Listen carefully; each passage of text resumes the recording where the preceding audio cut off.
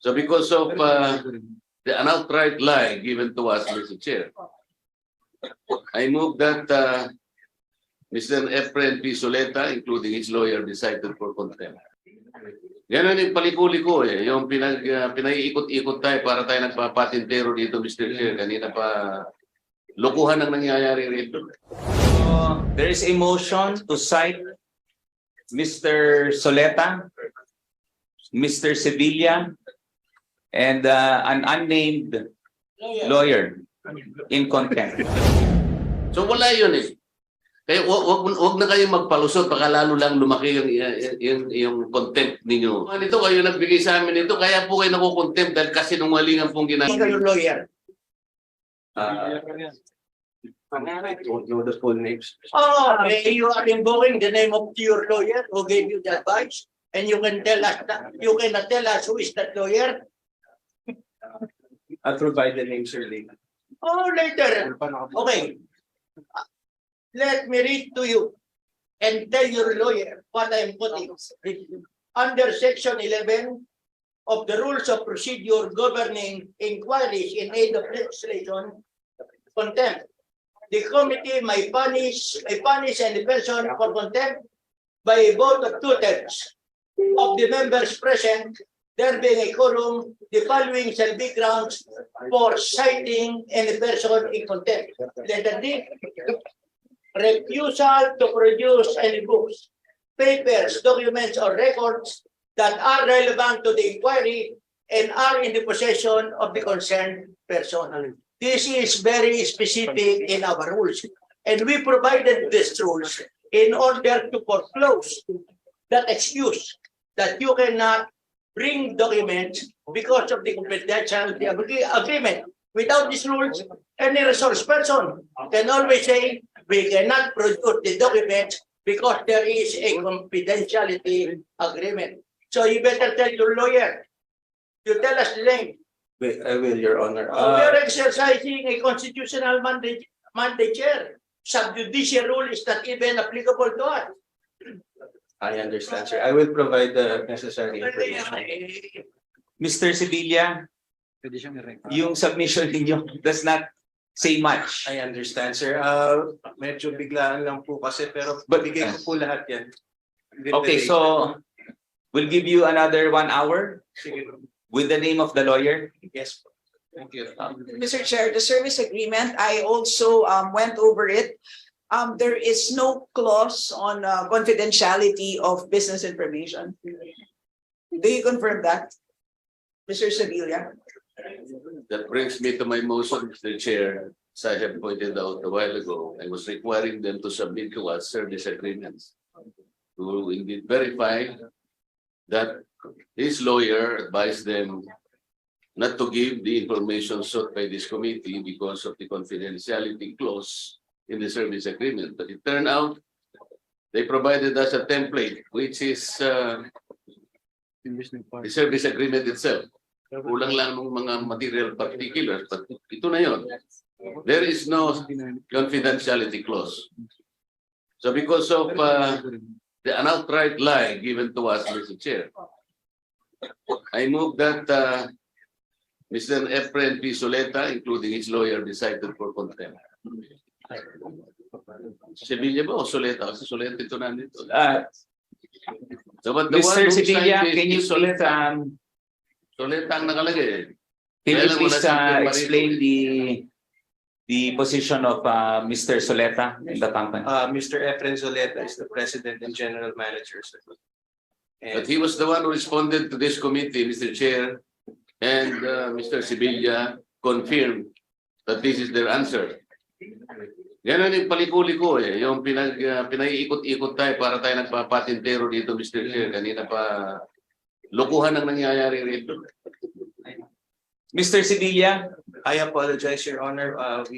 we will give you one. We take your apology, but you have been given the opportunity to tell the truth. And on the assumption, Mr. Chair, that the lawyer indeed provided the advice to them, the legal advice, kung talagang totoo, isama na natin siya doon sa contempt. So, Mr. Sevilla, anyway, we want to accord you all the due process, no? Yes, sir. I will provide it within the hours. Okay, 30 minutes na lang. Kasi marami na tayong Ano yung hinihingi ba niya? yung pangalan ng lawyer to be submitted. And yung 30 minutes for you to be able to... Seryoso. Ano mo klaseng pangalan niya na hindi mo mas... Mr. Chair, Yes, the Honorable JJ Suarez. yeah, I think Kong Marcoleta has a move. Maybe act on the motion of Congressman Marcoleta.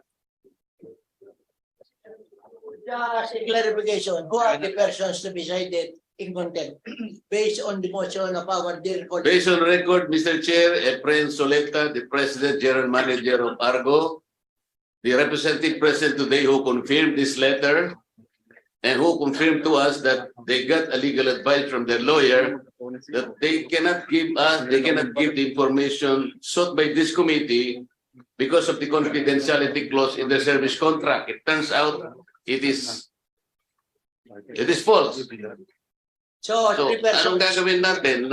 They have been, Mr. Soleta, Mr. Sevilla, and the lawyer. whatever is the name of the lawyer, Mr. Chair. Yes. So let's have a vote.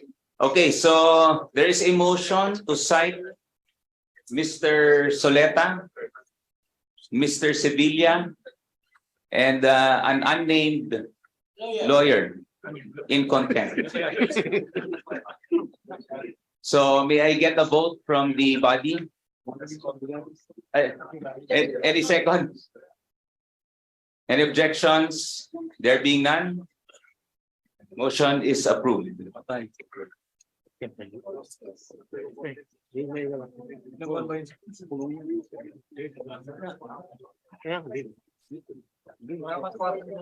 Continue, Mr. Chair. Yes, the There are Honorable so Ate many Marcoleta. questions to be asked. I do not even know where to begin. Mr. Chair, The Honorable Dante Marcoleta, with the indulgence of the Honorable Dante Marcoleta. So, we do have a presence of a quorum, and I think we will have to vote on this individually to establish contempt. So, may we direct the committee secretary to call the roll? Chair, Yes, the Honorable JJ Suarez. while the committee is tallying the votes, I move for a 1-minute suspension. Hearing is suspended.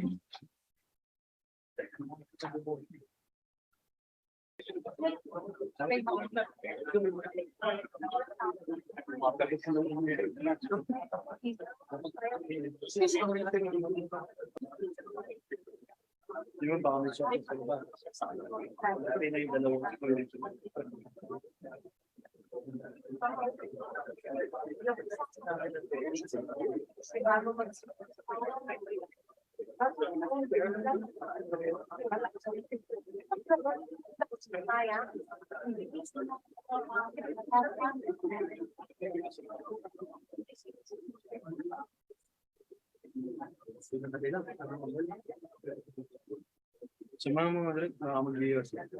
Wala itong t-shirt talaga.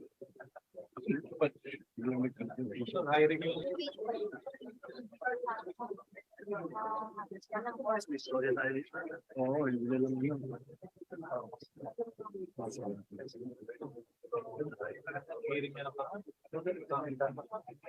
Meron na, parating. Pag-hearing natin. Payos kayo ba?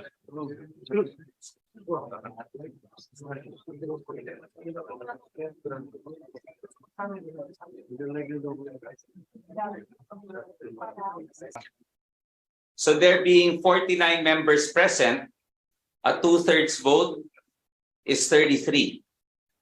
Now there being 35 votes casted to cite in contempt Mr. Efren Soleta, Mr. John Patrick Sevilla, and the unnamed lawyer, the chair cites the said people, Mr. Efren Zuleta Jr., John Patrick Sevilla, and the attorney John Doe, to be named by Mr. Sevilla in contempt, are cited in contempt. Okay, so Mr. Sevilla, can you give us the name of the lawyer? It's John Ryan Cruz, sir. John Ryan Cruz. J.A.N. Ryan Cruz. So just to clarify, John Ryan Cruz. Just to clarify, we already have the name of the legal counsel, Mr. John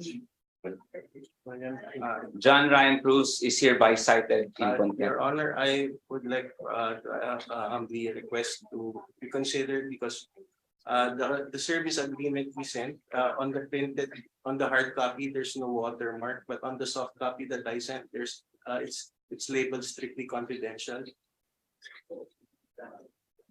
Honorable Dante Marcoleta.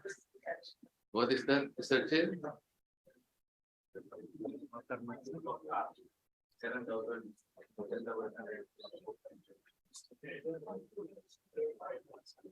Mr. Chair, this is the document provided by the Argo. It has no confidentiality clause. Yes. Even assuming that the word confidential appears in any page, it does not affect the entire service contract. That confidentiality refers to third parties. We are talking here of a memorandum of agreement, which is the service contract. This is between Argo and its clients. So wala yun eh. Kaya wag na kayo magpalusot, baka lalo lang lumaki yung contempt ninyo. Yeah. Ilulukuhin na naman nyo kami. Ano itong binigay ninyo? This is the template. On the last page, sabi nyo, mayroong confidential. This is confidential. Nasaan po? Ayan o. Ang laki pa po ng space sa baba. Kami po bang gumawa nito? Kayo nagbigay sa amin nito. Kaya po kayo nakukontempt dahil kasinungalingan pong ginagawa ninyo eh. Sir, nasa soft copy po nakandun po. The Honorable PD Barzaga is recognized. Do you admit that in the service agreement, there is no provision regarding confidentiality? There is a watermark that says strictly confidential, sir. You know, ito na sinabit mo ito eh. Sir, in the soft copy, No, nandun po. no, you have submitted documents to us. That's binding on you. Sino yan magsasalita? Mr. Sevilla, are you telling us that the term, ano yung nakalagay sa confidential? Okay. Ha? Ang sinasabi mo ba, itong nakalagay sa baba, is strictly confidential? Yes, sir. O hindi pwede po. Hindi lang ng dokumento, tagandakan ko na lang ng strictly confidential para hindi padala rito sa kongreso. Oo.